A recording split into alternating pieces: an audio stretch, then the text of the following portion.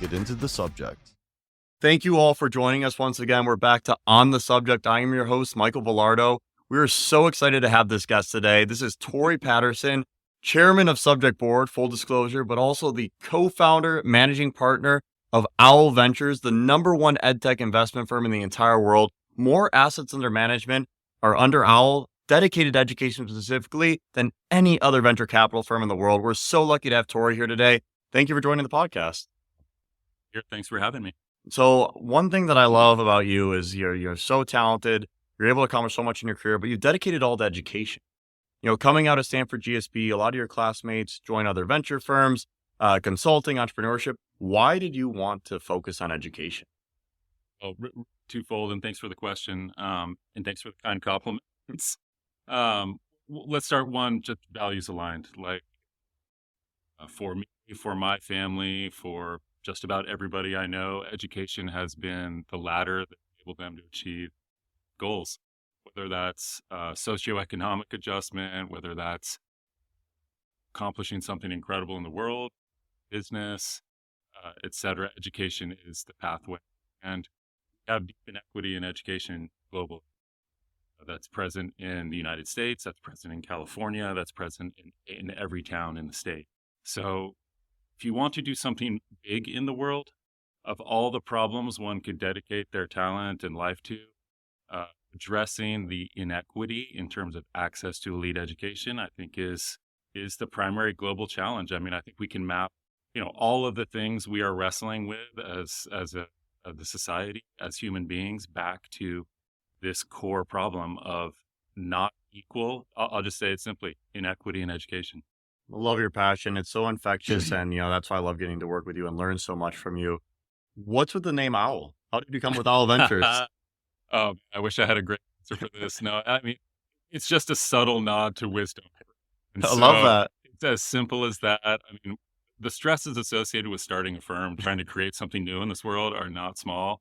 The name was like this, 99th problem on the list. It came together very quickly to declare who we were. So.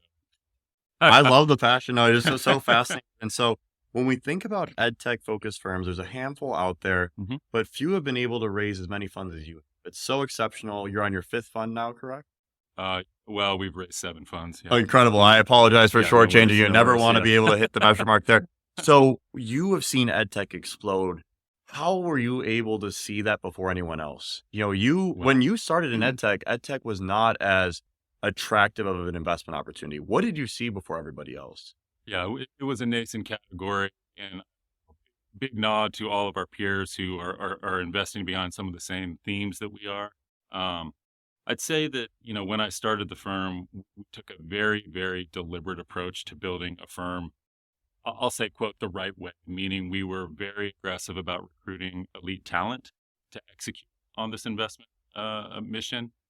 We also wanted to capitalize the firm to be able to support companies at all stages and through their life cycles. So we're very active at the seed stage. We're very active at the Series A and B stage. And we've also made, a couple dozen late stage investments. So the lack of capital in the category is at all stages. And we set out to build a firm that would address that broadly and globally.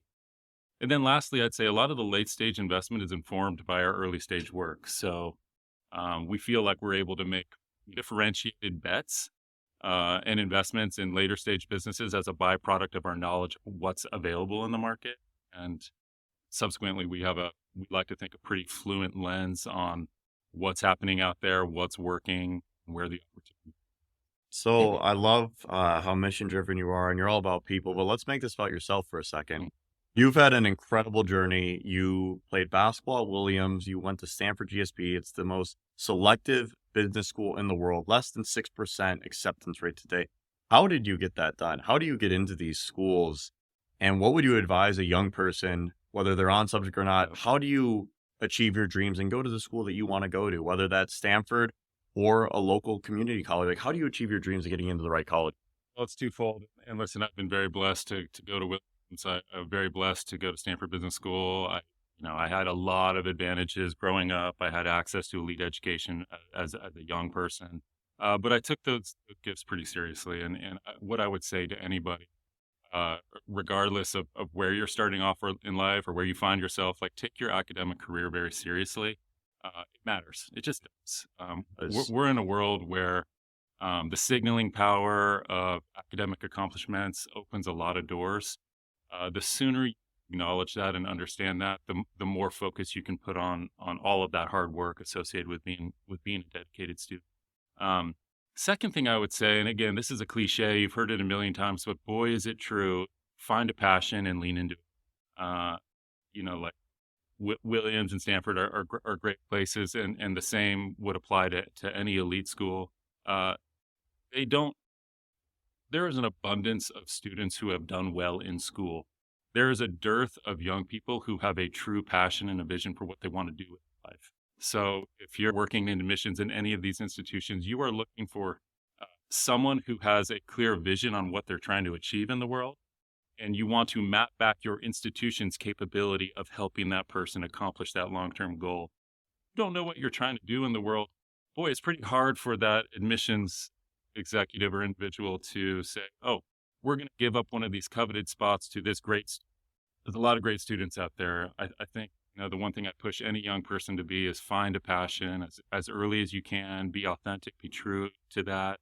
And then get clear on how that passion is going to translate into making the world a better place, and start telling that story broadly, and good thing will flow. I completely agree. I think you hit such a nail there with the signaling and taking your academic career seriously.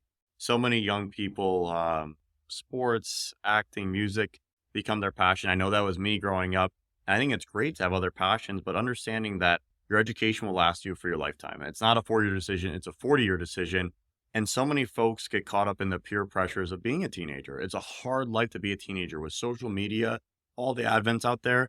To be a teenager to today, it's very easy to lose sight of how important school is. But you run an incredible firm, Owl Ventures. You recruit incredible talent, many of which have come from incredible schools like Stanford, Harvard, Dartmouth, etc. Can you please speak into the camera and let these students know, try your best in high school. It will last your lifetime. The best you can do in high school, wherever that ceiling may be, it will open up doors for you. And the passion around education, it will last the rest of your life. And we totally understand sometimes it isn't in the deck of cards to say, hey, school's my top priority. Rethink that and refocus your priorities. And, what do you do with your kids? This isn't a parenting podcast, but I do want, like, how do you inspire your kids to care so much about education? So, little anecdote, I have a sixth, fourth, and second.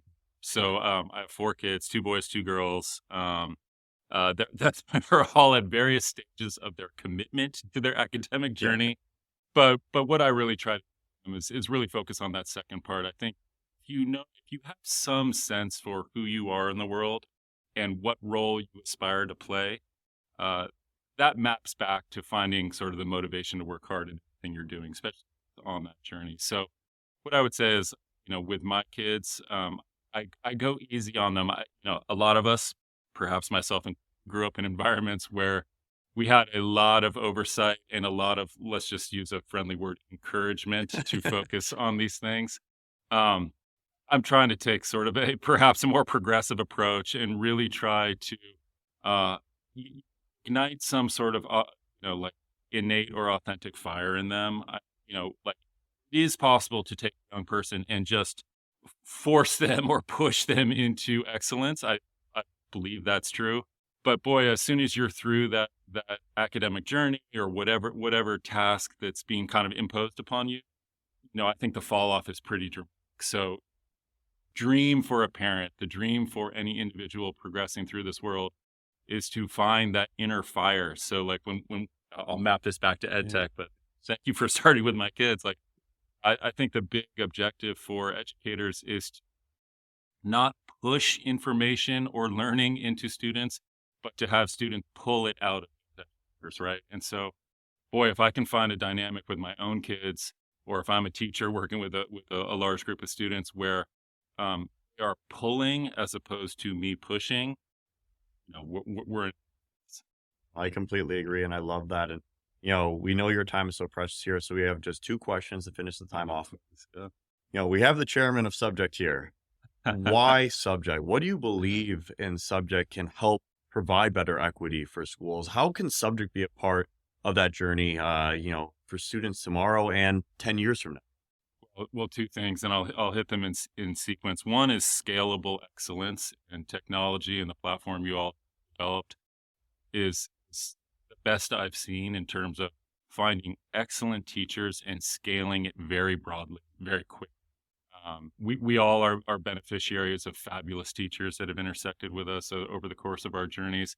Um, Boy, not everyone is so blessed, and if you can find the best teachers in the world and give them like the world's best curriculum, the best modality to meet students. I mean, find me something that can have a bigger impact on the planet, right? Yeah. So that's why subject. The second thing I would say is we're in a student engagement crisis globally, and that's present in schools across the United States and certainly all around the world. Uh, the modality with which we've been trying to reach students and inspire students is failing.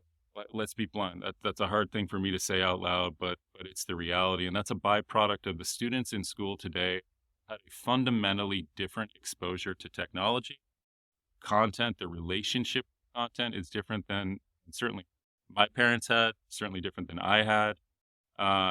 And so we're wrestling with shorter attention spans. Let's just say it explicitly. We're wrestling with just a lack of engagement in the classroom that is not going to be solved with more effort, more money, more time.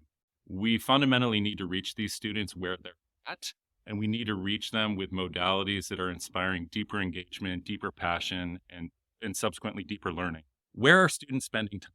They're spending time engaging with social media. They're spending time engaging with Hollywood entertainment, and that is working. Like I'll say like students who have trouble sitting still in classroom have disciplinary issues. Like it's to be an outlier. Yeah. No, it's the vast majority of the Yeah. class, right? And these students that are having trouble focusing in class, they go home and they'll play video games or watch TV for 72 hours straight without going to the bathroom. It's not a biology Yeah. problem. These humans can concentrate, but it's an engagement problem. And we need to find ways to deliver academic content in much more engaging ways to this generation. That's on us. And Subject is doing that in a way that's unparalleled in the market. And so I think we have a big opportunity in front of us, and it's an absolute honor to help support that initiative. We love getting to work with you. And to your point, Netflix turns 27 years old this year. These kids have grown up with Instagram, YouTube. Now they have TikTok. They demand a different way to engage with digital product and their brick and mortar system. And we can help support, amplify, and empower the best instructors possible. And so that's the way would love to leave it is, there's nothing more powerful than a great teacher or coach. If you want to speak to the crowd today, who's one teacher or coach that really changed your life? And what did they do that was so special for your journey? Thanks for the question. For me, it's a very easy answer. I found a passion in myself for writing as a ninth grade student. I had a writing teacher in ninth grade that really drew that out of me. I didn't know I had it in me. It has served me my entire life.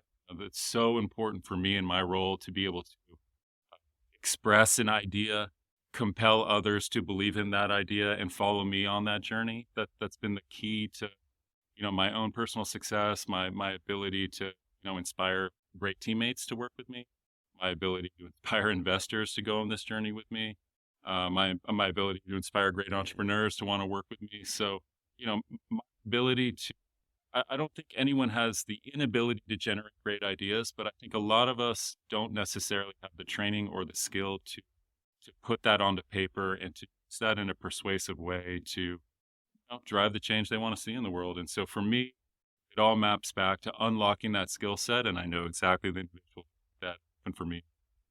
Amazing. Well, we're excited because those of you listening in, if you could just take one piece of feedback from Tory, his wisdom, how many educational opportunities he's been a part of through EdTech founders, working with school districts, he understands the power of education. And that's why we're all here today. We're bonded by a passion for education and helping hundreds of thousands, if not millions of students directly. And that's why we're on the subject. So thank you so much for joining us today. It's been a pleasure to host you, Tory, and looking forward to having you on another episode soon. Thank you so much for your support of the company. Thanks for having me.